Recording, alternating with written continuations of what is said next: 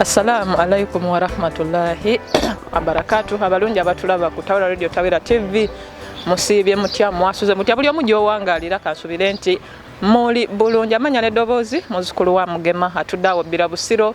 omuzira nkima nagawa Mariam zendiwo okubanga ate nkuweereza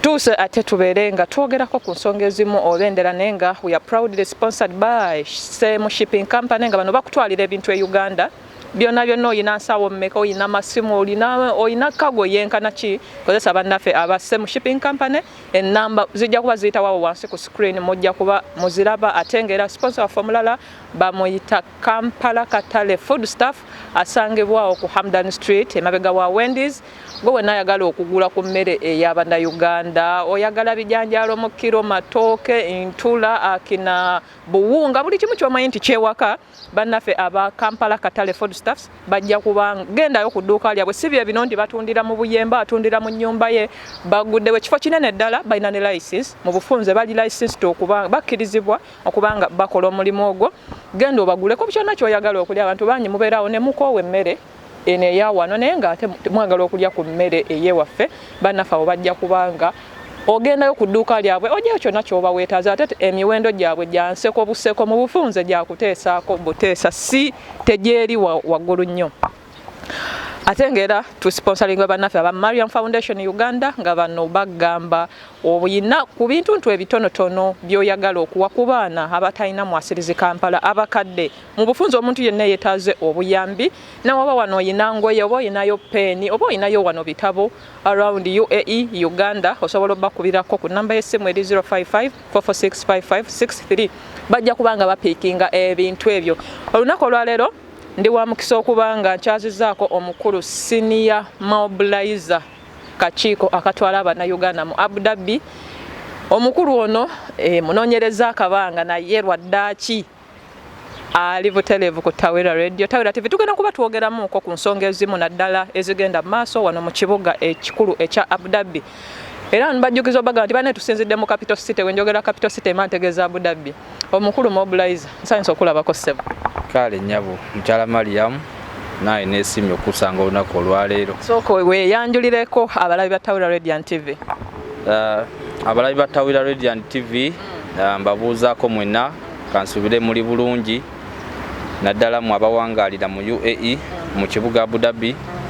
nti mwebale emirimu gye mukola mwebale n'okwekuuma ekirwadde kya COVID erinnya Ntale Joseph erinnya oba amannya nina linnya kubanga omuntu oba n'erinnya limu so eryange nze Ntale Joseph Ntale baba beddira ki beddira mpologoma akabbirongo omubala sebo wandi tutambuliddemu ng'omuganda omusajja yeddira empologoma nga tamanyi mubala kituufu nnyo nga omusajja aweereza obuganda tewali kyesimanyi era byonna mbimanyi tutambuliremu nkubiriza abantu bonna okuba nti bamanye ensibuko yaabwe gye bava gye bawangalira gye babaziika na buli kimu okukuuma ekitiibwa ekyo ekya kalica yaabwe na buli kimu Jose sooka ontambuliremu ng'omusajja omuganda webale nnyo Ntale Mariam nze Ntale Joseph nga ndi mutabani wa Serwadapo eyebase Busiraawo ndi muzzukulu wa Katerega ate era ndi muzzukulu wa Serwaddeera nga yebase Mugomba nga mama nzaala mukyala wante ku ludda olwo nga ndi muzzukulu wa Katongole ennyabo tweyanze omukulu tweyanze gesebe ekintu ekyo kibuuza wano omuntu ne kimulema naye omusajja sebe ekibuuza akiyise kikakasa nti musajja muganda geregere omukulu senior mobilizer mwebale kuweereza community kale nnyabo Ntale Mariam era nina omukisa gw'amaanyi olwaleero bulijjo nkuwulira naye omanye ebbanga lyenkunoonyereza ssebo nga nkulaba ku Ntale TV naye olwaleero nti tuli butoola then it is a pleasure okuba nti tuli fembi n'olwekyo okwebaza olw'okunoonyaako tube nga tulina kye tutuuse eri. Awo nno Omuganda waagambira nti oli wa mukisa ng'aliibwengo ova mu lubuto dda mu lubuto. Omukulu Jose Ntale, being that oli senior mobilizer, tugenda kuba twogera ku nsonga ez'omu community mainly wano mu Abu Dhabi mu tuwangaalira. Tugenda sooka twogereko ku upcoming activities ezigenda maaso mu kibuga Abu Dhabi. Tuyina ki? Upcoming activities mu kibuga Abu Dhabi wano abantu era tuzenga tubategeeza naddala nga tuyita ku WhatsApp groups ezo olw'okuba nti currently tetukyasobola kubayita kuŋŋaana olwa corona bino ebiriwo naye inshallah ndowooza kijja kutereera tube nga tubayita naye nga tubadde tukozesa zi WhatsApp groups, Facebook pages nga tubategeeza activities eziri mu Abu Dhabi ezigenda okubeerawo ne baba nga beetegeka era nga bazimanya. Okugeza emabega kaawo tubaddeko ne activities ezibadde zi carrying out ku Ugandan embassy nga eza passport, okufuna e-passport n'okufuna national ID. Tugezezaako okuba nti tubamanyisa era nga ffe tukoze omulimu gwaffe. Tebagamba nti ate abakulembeze ba community tewali kye baakola, no. Ffe our role okulaba nti tutuusa service ku bantu naddala bana Uganda ate era nga bamanya kyekyokukola. So twabategeeza era ne baba nga bagenda ne bafuna ne baregisteringa for national ID n'okuba nti ne e-passports bakola ki bali mu kuzifuna era procedures bazimanyi zonna. Era ndowooza I will refer them to Tawera TV, Tawera radio pages. Endagiro zonna kweziri tubitaddeko buli kimu namwe mutuyambidde ddala. Era ndowooza kantwale omukisa guno okwebaza Tawera TV, Tawera radio olw'omulimu gwe mukoze. Mulimu gw'amaanyi nnyo kuba kati nammwe tubabalanga TV ya community kati. Era sebo tuli TV nnambirira. Muli TV ya community timutuyambyeko kukanyuga obubaka bwaffe eri abantu. So sijja kubiddamu wano naye abo bonna abadde babyetaaze aba abatannaba kubimanya bagende ku pages zammwe kwebiri buli kimu. So activities ezo bazitegedde bulungi nnyo era bangi bajjumbidde. Kati okugeza ya national ID abantu baali bangi n'okufika ne bafika naye abakulu ne bategeeza nti mu July bagenda kudda. Gwe mwezi ogujja? Yes, bagenda kudda. Those around like 15th there. Bagenda kudda era badde mbaregistering bana Uganda. So babeere bagumu tujja kuba tubatuusaako obubaka obwo in case nga bagenda kujja babe nga bamanya ennyabo. Okay, tweyanzege omukulu Jose era ku activities ezo tuddeko Kabaka birthday run subira yebindabinda obudde buno bwe twogerera nteekateeka ki? Weebale nnyo mukyala Mariam. Kabaka birthday run nga mwenna bwe mukimanyi nti mpozi ndowooza de kyonna badde nkireseeyo naye era nawe obuvunaanyizibwa nga nalondebwa omukungu wa Ssaabasajja mu Abu Dhabi omukulu Ismail Ssebugwawo okubanga nno ogwa mu bitiibwa binene. Omanyi bw'oba wazaalibwa ng'oli muweereza kigenda kikulondoola. Nze natandika obuweereza mu nursery school. So bwe nagenda ku nursery school yaffe ne bateeka speech day from nowhere ne bagamba Joseph gwe head boy you give a speech. Goli musajja ndi wano na big boy from nursery school. Nayimirira nempa speech ya nursery school eyo era nabebaza nti bampa platform. From there and then siddiriranga nzize embeera mukulembeze ate bw'oba omukulembeze tekitegeeza nti oba osasulwa oba ki, so kikubaamu nga gwe you are born to serve, okutuusa services ku bantu. So Mukama yasiima naye nga tugezezaako kakati omukulu Ssebugwawo mukungu wa Ssaabasajja mu Abu Dhabi ate ngera ye chairman era nga ye chairman wa community eno yampa obuvunaanyizibwa obw'okuba nti nze Ssaabakunzi mu Abu Dhabi owa Buganda era nga nvunaanyizibwa okutuusa information ku bantu era ndowooza bagira bagezaako wano wali so bwe mba nga nze Ssaabakunzi ekitegeeza ekintu mba nkiri wakati era nga mba nkitwala bulungi mu maaso.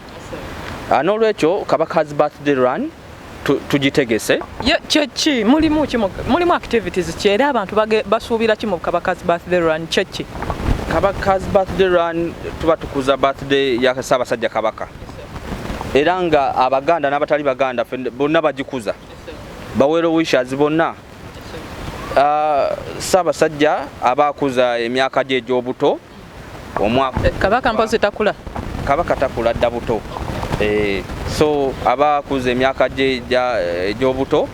era nga okumujagulizaako naffe tuba tulina okuvaayo ne twebaza Katonda. Yes, ate Ssaabasajja engeri gy'akulembeza ebyobulamu abantu babeere nga balamu yasalawo n'agamba nti abantu bange ku mazaalibwa gange tukuze nga tukuuma emibiri obulamu tubukuma bulungi nga tuddukamu tukola dduyiro nti n'oyo abadde nga atakola dduyiro at least kwolwo aveeyo akola exercise abe nga abeera mulamu kuba bwe tukola exercise omutima omubiri ennyingo buli kimu yes n'omubiri gweta so ne tusalawo okukuza birthday celebrations mu ngeri eyo era nga mu bikujjuko ebyo bwe tumala emisinde egyo tubaamu n'activities endala okwolesa ebitone okulya okunywa kwegamba ne tusanyuka. Kabaka birthday run eriyonge ennaku z'omwezi mmeka? Eriyonge ennaku z'omwezi zigenda kuba 3 July. Gwe mwezi ogujja? Yes. Nga olunaku olwo tugenda kubeera ku Corniche. Nga tujja kutandikira ku Mina side. Nga tudda ku side ya gundi ya Marina. So then ate tumale tuddeyo then from that we tugenda okubeera n'ebyokunywa ebyokulya ebirabo ebyokuwangula naddala babana basinze ku bannaabwe era mu community muno tumanyi Zaidi ye muddusi wa muno naye leero simanyi kuba abaana bamwetegekera dda so Zaidi simanyi oba leero anaakirya naye nga ekirabo weekiri bantu companies nyingi ezitaddemu ssente ate nga era ne Tawira TV mwe bamu ku sponsor abagenda sponsoring emisinde gino Sim Shipping Company mwe bali abano bakutwalira bintu Uganda. Yes, abo bonna batuwadde ebirabo bataddemu ssente so nkubiriza bana Uganda bonna gye bali bajje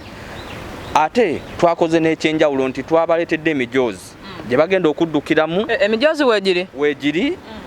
gye bagenda okuddukiramu kuliko botto y'amazzi mwe banaateeka amazzi kuliko baaga tewali kudduka ng'okwataganya ebintu mu ngalo no oteeka mu kabaagako n'oweeka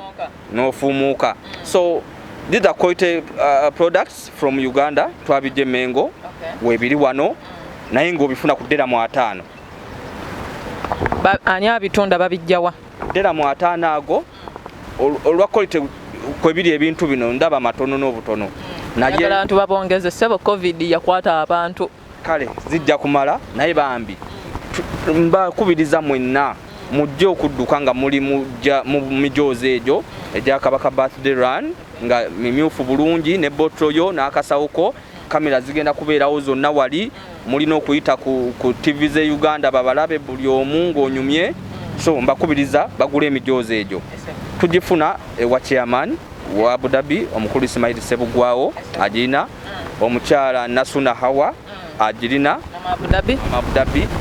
Pink Restaurant abasinga bagimanyi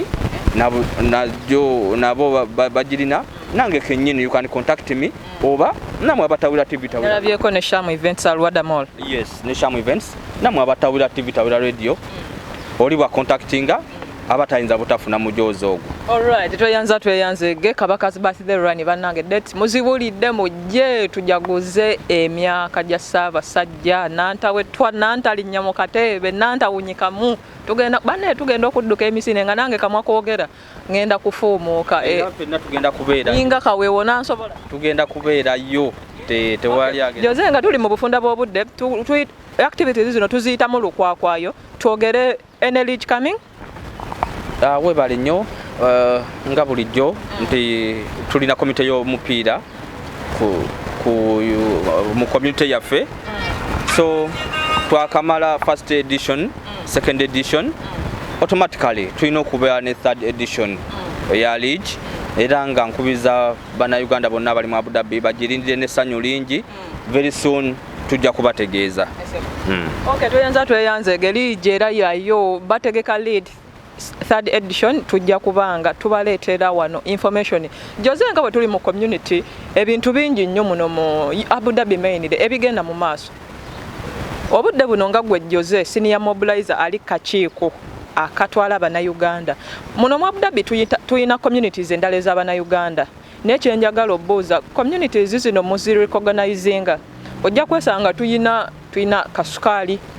tuyina Muhozi project ne communities endala gundi zino kuba nazo Bannayuganda wamu temusosola kino naye at times we mutegeka emikolo ng'egyo ate communities ezo tetuziraba muziyita zo muziyisaamu maaso ekituufu kiriki nfunye omukisa nkibuuziza gwe omukulembeze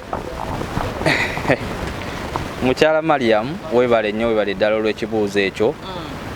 I will strongly say nti Ugandan community in Abu Dhabi we are a community of which tetusosola muntu yenna community ebaamu abantu ab'ekika ekyenjawulo ebaamu abantu ab'enzikiriza ey'enjawulo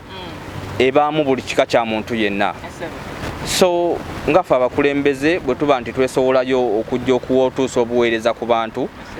tetusosola oba ono wa NRM oba ono wa Kasukaali oba ono wa kino bonna tubeetaaga ffe tuli mukuŋŋaanya era kyevola activities zaffe tetugobaayo muntu yenna nga bwe muba na activities tebajja kyenjagala okutegeeza nti I myself bwe mba nga ntuusa obubaka ku community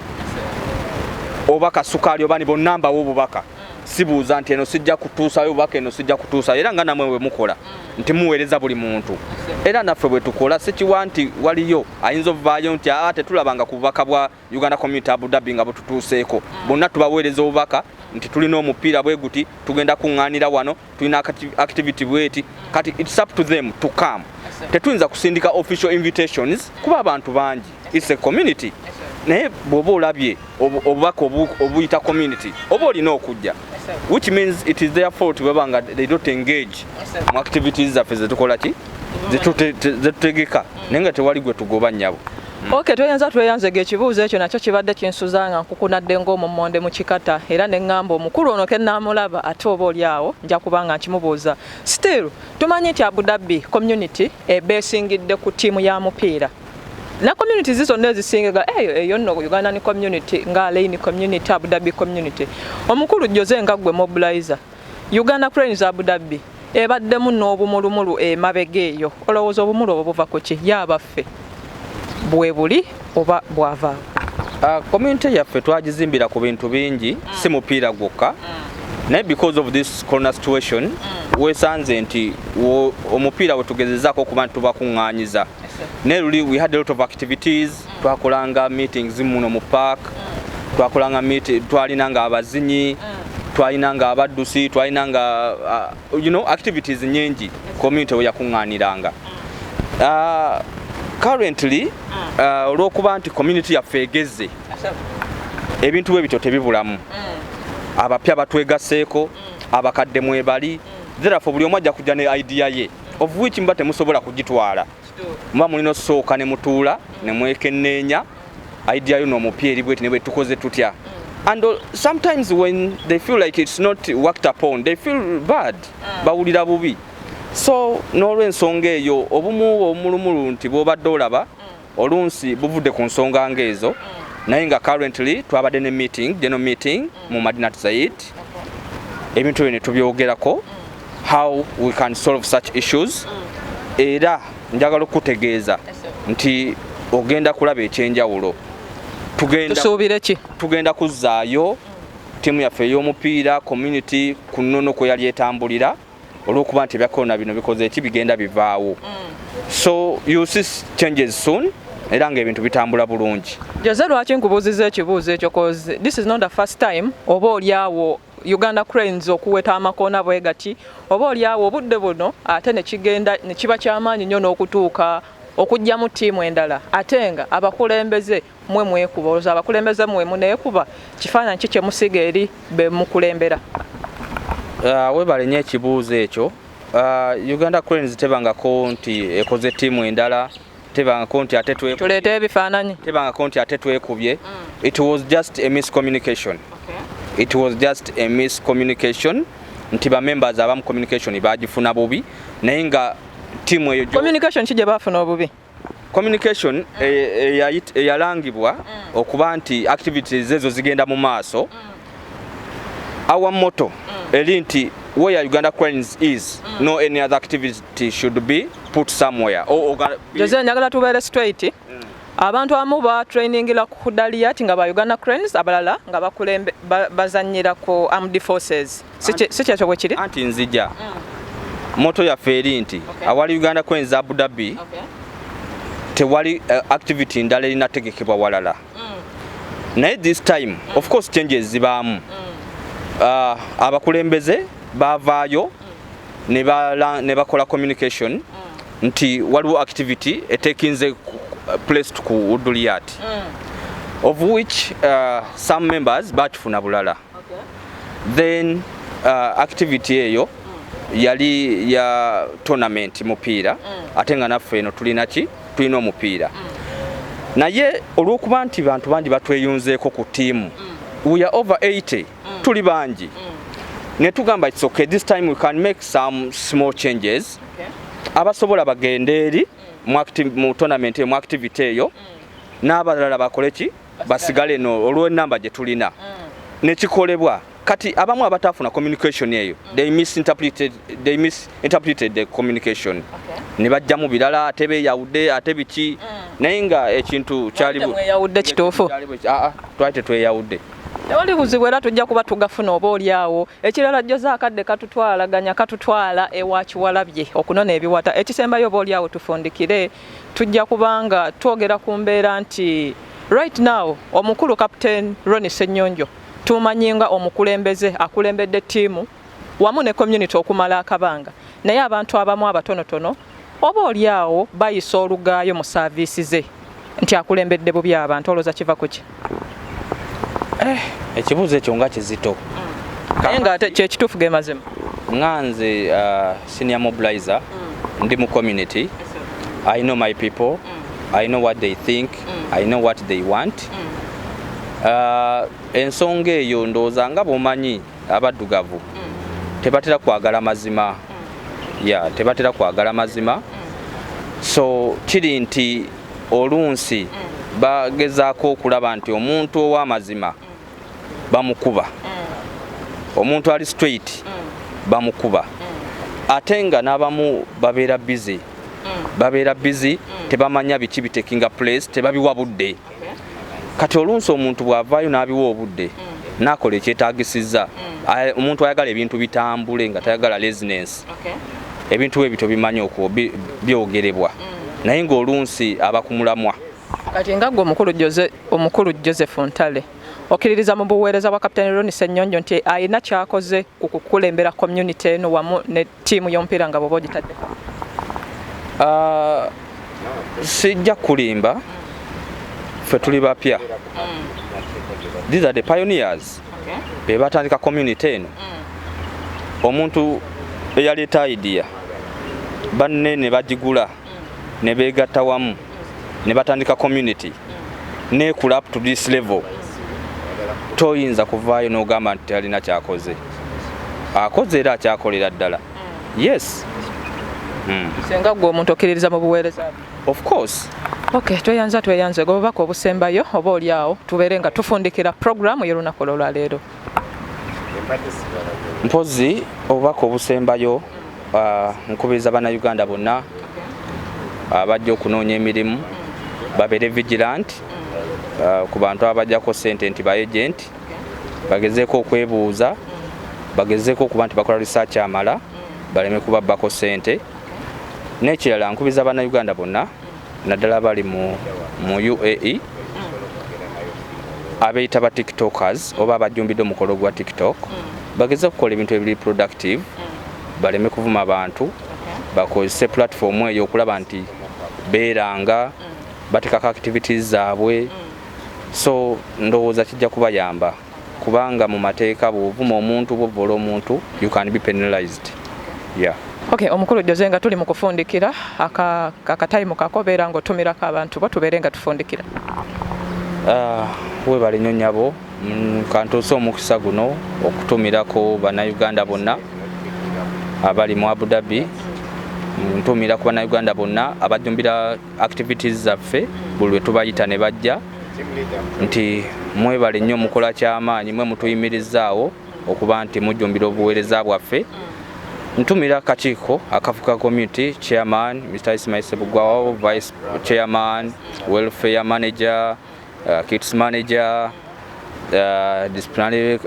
manager, bonna mbatumiddeko nnyo nti beebale okuweereza. Onji abatulaba ku Tawira Radio, Tawira TV omukulu bwatyo bwabadde ngate atubuliramu ko activities ezigenda maaso naddala muno mu kibuga Abu Dhabi. Tujja kuba tumukomyawo ate tubeerenga ensonga ezimu twongera okuzekanyako wanaabeerawo enkyukakyuka yonna ate era balungi kwebyo byennyini ebigenda obeerayo tuyinayo ne boat cruise ng'eno etegekeddwa Tawira Radio TV wamu ne Jajja Ibu Events in conjunction. Bategese boat cruise eryennaku z'omwezi 2 omwezi gwa 8 August egenda kubeerawo ku Marina okuyingira ddiramu 120 ng'obukinza before naye omuntu anayagala okusasulirawo ajja kuba asasula ddiramu 15. Mu bufunze kati kiba beta n'ogula tiketi yo before ebyokulya n'ebyokunywa omuziki mujje mulabe abaana abanyirira mujje mulabe mwerabire biri abamu mujaga Tawira era yetegese nga mujjukira biri ebyaliwo kati obudde buno tuli ku kipya twezza bujja. Mwenamba kowola mojje ku boat cruise etegekeddwa Tawira Radio TV awo ku Marina Abu Dhabi wetugenda okubeera. Tumirako ku bazanyi ba Uganda Cranes Abu Dhabi mwenna abazanyi ntumirako bro wange Juma awe Dubai nkutumiddeko nnyo busulwa naye nga mwebale nnyo mwebalire ddala nsigadde nze omuzira nkima nagawa Mariam ku Tawira Radio and TV. Mubeere bulungi mweraba.